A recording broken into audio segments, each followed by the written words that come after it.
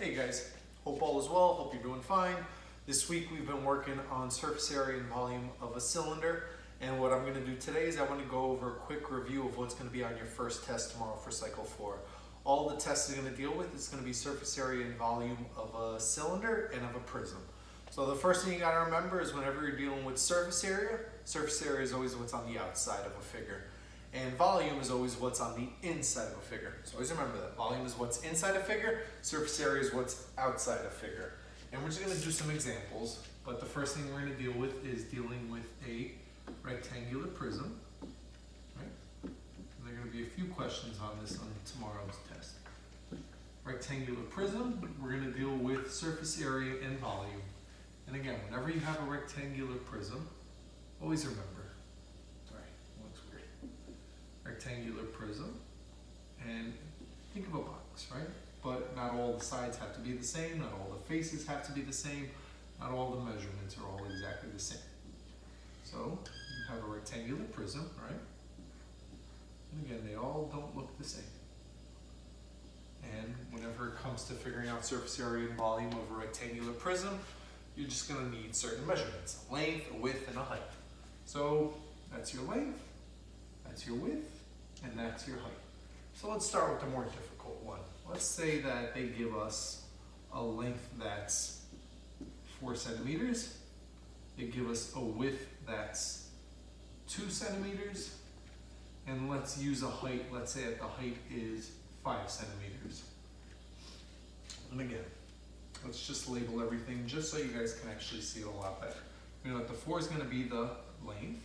We know that the width is going to be 2. And we know that the height's going to be 5.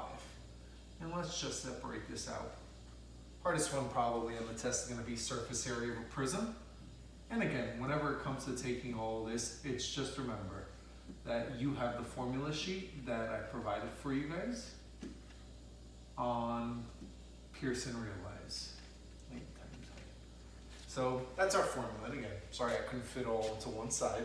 Whenever you're finding the surface area for a prism, it's 2 length times width, plus 2 width times height, plus 2 length times height. And all it is, it's just, again, it's 2 because, think of this, the length and the width deals with the length, width deals with the base. And the bottom is the same as the top. And since you have 2 of those, that's where the 2 comes from. Just like 2W times H represents the width and the height, it means you're talking about the right and the left side, 2 of them. And this would represent the front and the back. So it's 2 faces, 2 faces, 2 faces, front, back, left, right, top, bottom, 6. And now it's just substituting everything that we know. And I'll try to write it as best as I can. So we have the 2 in the formula, right? And now since everything is all next to each other, we're just going to multiply them. We know that the length is 4, right? We know that the width is 2. So far that's what we have. We have 2, the length is 4, and the width is 2. So that's where we got that from. That's the first part done. Second part's going to end up being 2 times, we know that the width is 2, and we know that the height is 5. And again, just substituting it in. We know that it's 2, the width is 2, and the height is 5. So that second part is done, and then don't forget to put the plus sign in between, just because there's always a plus sign. Let's not forget that last part right there, which is going to end up being plus 2. We know that the length is 4, and we know that the height is 5. And that's just our last part. 2 right there. We know that the length is 4, and we know that the height is 5. So we just substituted that. And now it's just simplifying our way through it. So you have 3 different parts, first part, second part, third part. And now, whenever you have all these numbers together, you're just going to multiply. So you know that 2 times 4 is 8, right? So we have 8 times 2 right there. This second part right here, we're going to do 2 times 2, which is 4. And we can't forget the 5. And then this last part is going to be 2 times 4, which is 8. And then again, you can't forget the 5. And just to go over all this came from, we know that 2 times 4 was 8, and we brought down the 2. We know that 2 times 2 was 4, we brought down the 5. And we know that 2 times 4 was 8, and we brought down the 5 again. Just 3 different parts that we did. And now it's just multiplying out the last portion. We know that 8 times 2 is 16. We know that 4 times 5 is 20. And we know that 8 times 5 is 40. Just multiplying them out, and now the last part that we have to do, we just have to add everything up. We know that 16 plus 20 is 36, right? So 16 and 20 gives us 36. Can't forget the 40. Oh, again, 16 and 20 was 36. We brought down the 40. Now if we add those two together, it's going to give us 76. Now let's not forget the units. It's going to be centimeters. Since we're dealing with surface area is always going to be squared. Area is always squared. And again, it's the longest problem of it, but don't forget, surface area is always what's on the outside. So this rectangular prism would have 76 centimeters squared on the outside. So you're going to have one question dealing with surface area of a prism. You're going to have another question that's going to deal with probably the easiest topic, which is volume of a rectangular prism. And the formula for that one is actually the easiest one out of everything we've done. So whenever we're dealing with surface area of a volume of a rectangular prism, let me do it another way. Since we're dealing with volume, formula for volume of a rectangular prism is going to be length times width times height. Just multiply everything out together. And now, substituting it like we did before, we know that the length is 4. We know that the width is 2. And we know that the height is 5. And the reason we're multiplying everything, again, whenever you have variables all next to each other, it's always multiplication. So just break it up. We know that 4 times 2 gives us 8. 4 and 2 is 8. Bring down the 5. And now when you multiply it, 8 times 5 gives us 40. And now again, 40 centimeters. But just be careful with the units, because whenever you're dealing with volume, volume is always what's on the inside, and if it's volume, it's always cubed. Always cubed. So we have 40 centimeters cubed for the volume of that. And all we did, just multiply it. Length times width times height. 4 times 2 was 8, and then 8 times 5 was 40. That's it for rectangular prism. And now the other two questions that are going to be on the test is going to be surface area and volume of a cylinder, what we did this week. And again, all the formulas are all online, guys. So for the next one, we have a cylinder. Right? We have a cylinder. And again, the cylinder, it has no sides, but the top and the bottom, the two bases, are circles. Almost imagine what a can would look like. That's exactly what a cylinder is. And for a cylinder, we have our radius always for anything, and then we have our height. So in this case, let's say that the radius is 3 feet, right? And we'll say that the height now is going to end up being, let's use 8 feet. So we know that the radius is 3. We know that the height is 8. Now it's just us using this in order to be able to find the surface area. And again, whenever you want to find the surface area of a cylinder, formula is 2 pi r squared plus 2 pi r h. And once we have that, it's just substituting everything in. Let's go step by step. So the first part we have is the 2. We know that we have pi right there. We know that the radius is 3, so we have 3 squared. And again, it's just 2 pi, the radius 3, from there, and then squared. So that first part is done. And now let's take care of that second part, which is 2, which is pi. We know that the radius is 3 again. And we know that the height is 8.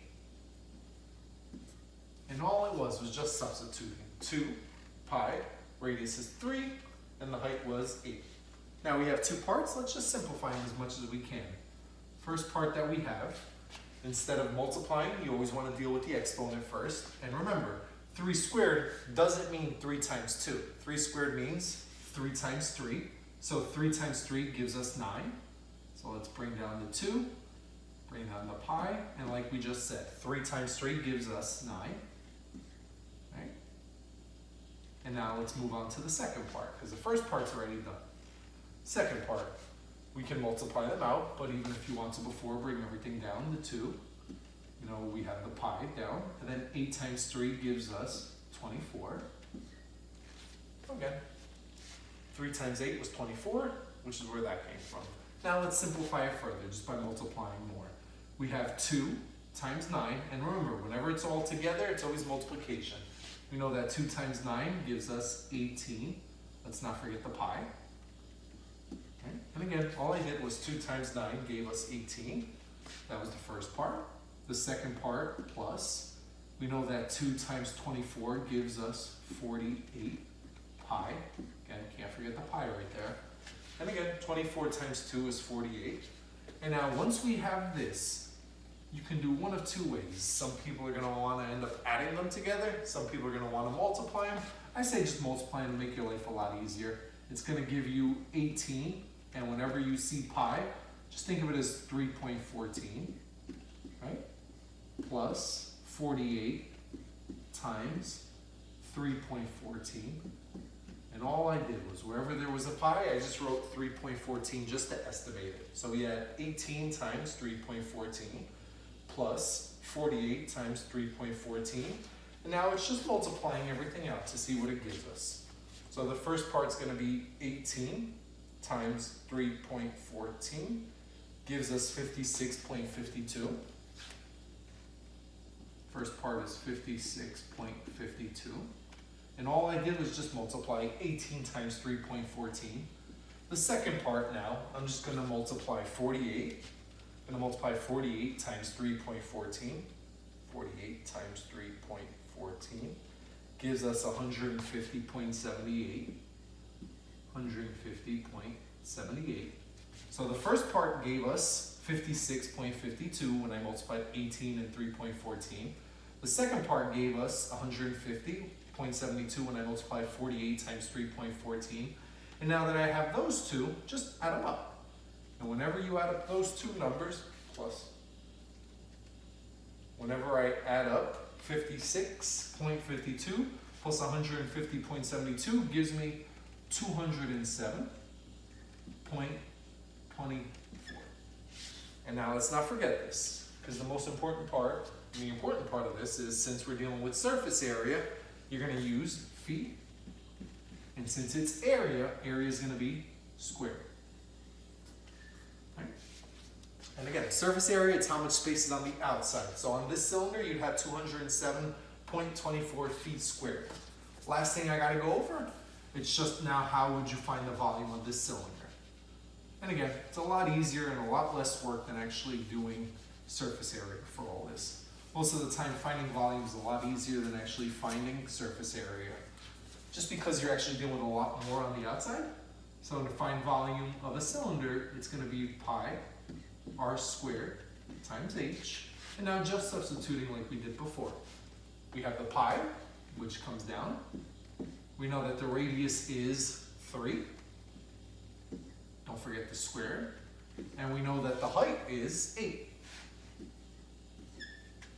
So again, all we did was pi, radius was 3, squared, and then we know that the height was 8 as well. Simplify. Before you multiply anything, make sure you take care of the exponent. And again, 3 squared doesn't mean 3 times 2. 3 squared means 3 times 3, which gives us 9. So we did pi.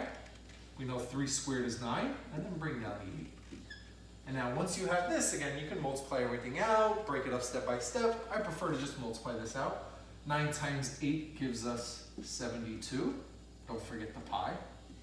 Right? So we did 9 times 8, which gave us 72. Now when you see that, 72 times 3.14. And once you multiply that out, it gives us our final answer. 72 times 3.14 gives us 226.08. And again, since it's feet, And since it's volume, volume is always cubed. Because again, volume is always how much space is on the inside of a figure.